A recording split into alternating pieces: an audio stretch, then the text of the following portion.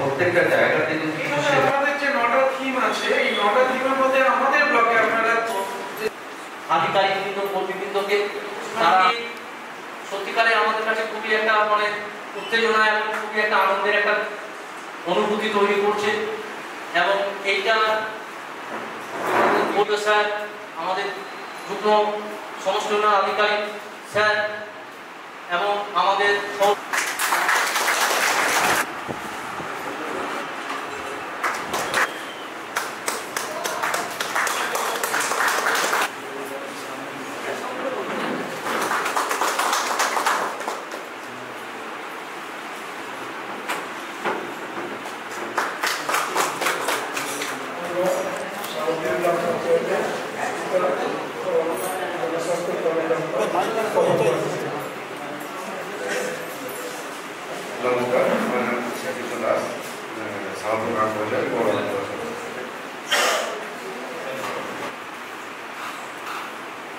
নমস্কার। মুর্শিদাবাদ থেকে বড়োয়া বিধানসভা বড়োয়া ব্লক সামলপুর গ্রাম পঞ্চায়েত থেকে উজ্জ্বল দত্ত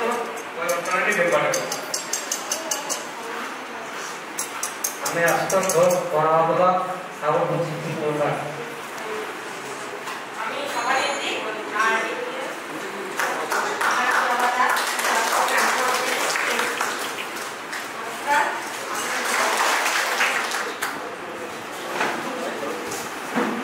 নমস্কার, আমি গল্পবন্ধু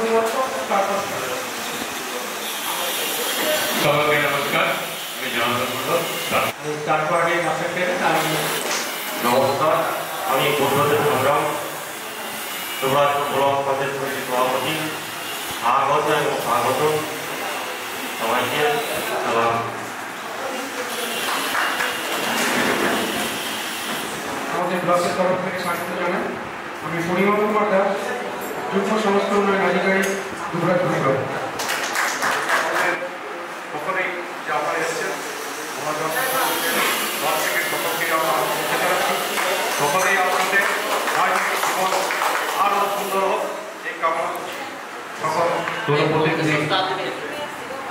সকলকে জানাই আন্তরিক অভিনন্দন, প্রীতি ও শুভেচ্ছা। আমি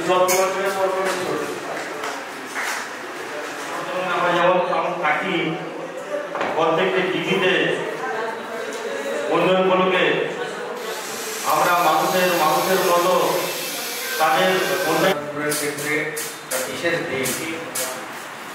নবাবের শহর থেকে আপনারা সবাই এসেছেন, মুর্শিদাবাদ জেলা থেকে সমস্ত জনপ্রতিনিধি। উন্নয়নের ভাবনা সেখান থেকে একটু সরে এসেছে। তার কারণ যত দিন যাচ্ছে, যত ডিজিটাল ইন্ডিয়া তৈরি হচ্ছে, তত কিন্তু বেসিক যে সমস্ত প্রয়োজনগুলো আছে সেটাকে একটা ছোট্ট একটা কথাতে বলা যায় যে চাকা। আমরা বলি না যে উন্নয়নের চাকা গড়াচ্ছে বা এগিয়ে যাচ্ছে, সেই চাকা ইংরেজি হুইল, WH। যখন 8 বছর পর্যন্ত আমরা চাকরি করি, আপনারা কোনো একটা কেরিয়ারে 5 বছরের জন্য আসেন, আবার সেটা পারে বা স্তর পরিবর্তন হয়, কিন্তু আছেন জনপরিষদ আইন রচিত হয়েছিল।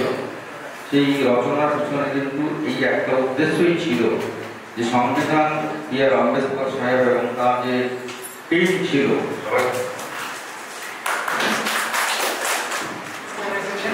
প্রত্যেকে আমরা আপনাদের সঙ্গে আছি। স্যারের কথা শুনলেন আপনারা আমাদের ব্লকে মূলত যে 9টা থিম নিয়ে আপনারা কাজ করেন। যে জিপিডিপি প্ল্যান করার সময় আপনাদের 9টা থিম নিয়ে কাজ করতে হয়, এবং বেতন।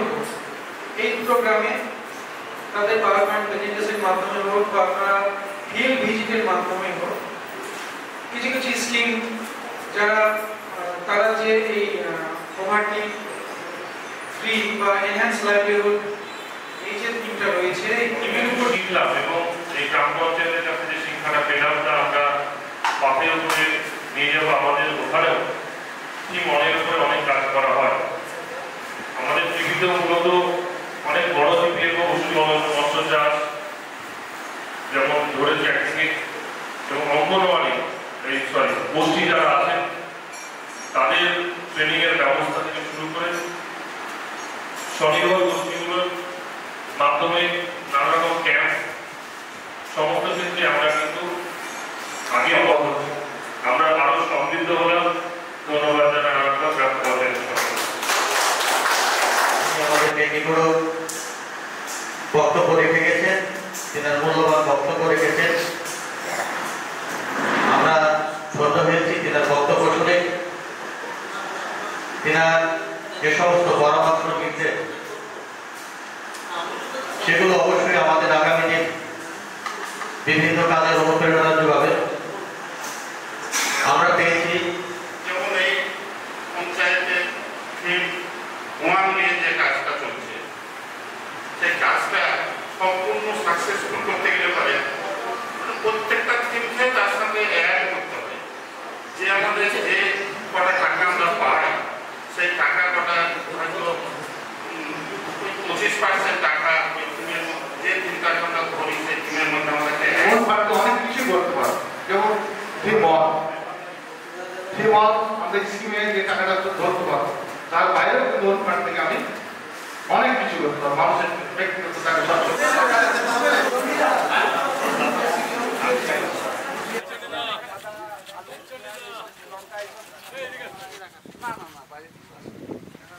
বসে ওনারা কাগজ গরু ছাগলের যেসব কাগজপত্র হয় এখান থেকে হয়। হ্যাঁ, ওইটা আমাদের একটা টয়লেট ব্লক, আর এটা একটা যা দরকার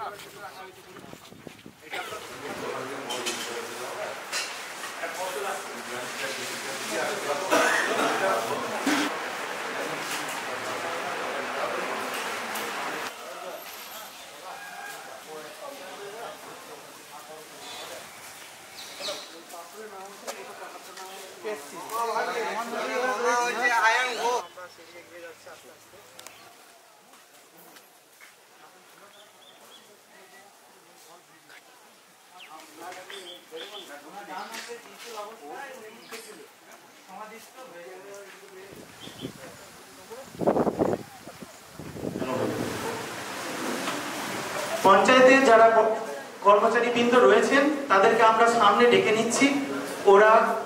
ওনারা আপনাদেরকে ওনাদের তরফ থেকে একটা বরণের আয়োজন করেছেন, তো সেইটা একটুখানি আমরা সেরে নেব। পর্বটা শুরু করছি। তো জয়েন্ট বিডিও সাহেবকে বরণ করে নেবেন। মাননীয় তাদেরকে স্বাগত জানাচ্ছি। একটু বরণ পর্বটা আপনারা সেরে নিন।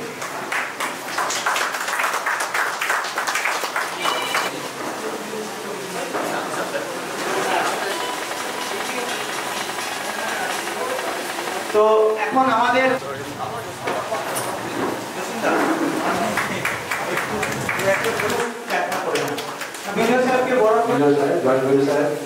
পঞ্চায়েত সমিতির সভাপতি মহাশয় আরো অনেকে আসেন। সর্বোপরি আমাদের গ্রাম পঞ্চায়েত আমাদের খুব গর্বিত লাগছে যে আপনারা আজকে আমাদের এত বড় গ্রাম পঞ্চায়েত এতটা জনসন গ্রুপে আজকে আপনারা আশা করি।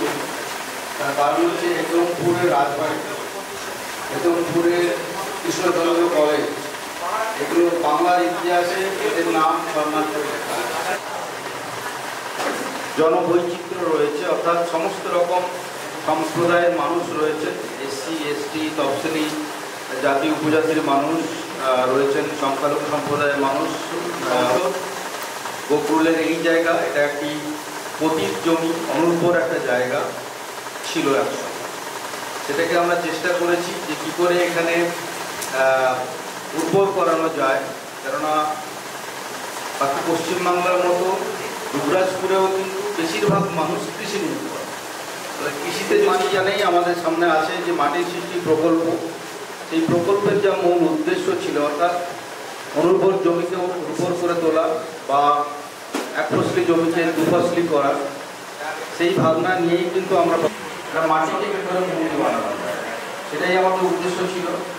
এটা আমরা করছি, অনগোয়িং আছি এখানে। এর সাথে সাথে আমরা এরপরে যখন দেখতে পেলাম যে জায়গাটা ফাঁকা আছে, আমাদের যখন মিশন নির্মলা প্রশাসনিক স্তর থেকে যে নতুন একটা উদ্যোগ নেওয়া হয়েছে, একটা অন্য জায়গা থেকে, অন্য জেলা থেকে আরেকটা জেলায় পরিদর্শন, সেখানকার কাজকর্ম, সেখানকার প্রশাসনিক ব্যবস্থা, এগুলোকে দেখা, পর্যালোচনা করা এবং সেগুলোকে তার ভালো মন্দ সেগুলোকে বিচার বিশ্লেষণ করে সেখান থেকে ভালো জিনিসগুলোকে তুলে নিয়ে এসে নিজেদের জায়গায় তার ইমপ্লিমেন্টেশন করা। চেষ্টা করেছি যে দরিদ্র মুক্ত এবং উন্নত জীবন জীবিকা সম্পন্ন গ্রাম, যেটা দুধ ও সেই জাতীয় প্রোডাক্ট। এখানে 2024-25 সালে সবজি চাষের জন্য একটা পঞ্চায়েত ভবনের ঠিক দিকে, যেটা থেকে তাদের রাজস্ব আদায়ের একটা ব্যবস্থা।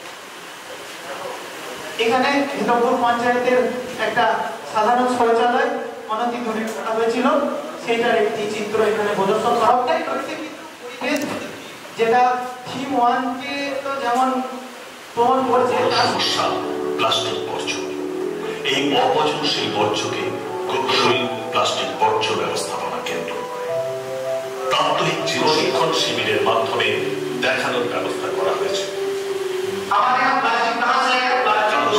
বেশি লক্ষণীয় হেদবপুর, বালিচুরি, গোয়ালিয়ানা, যশপুর, লক্ষ্মীনারায়ণপুর এবং শাহাপুর, এই 6টি গ্রাম অঞ্চলে।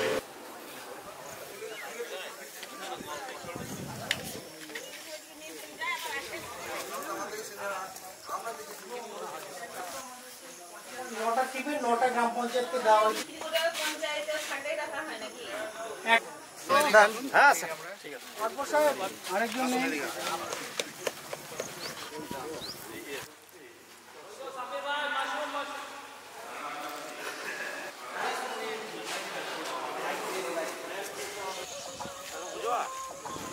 রাস্তাটা বলিয়ে রাস্তা থেকে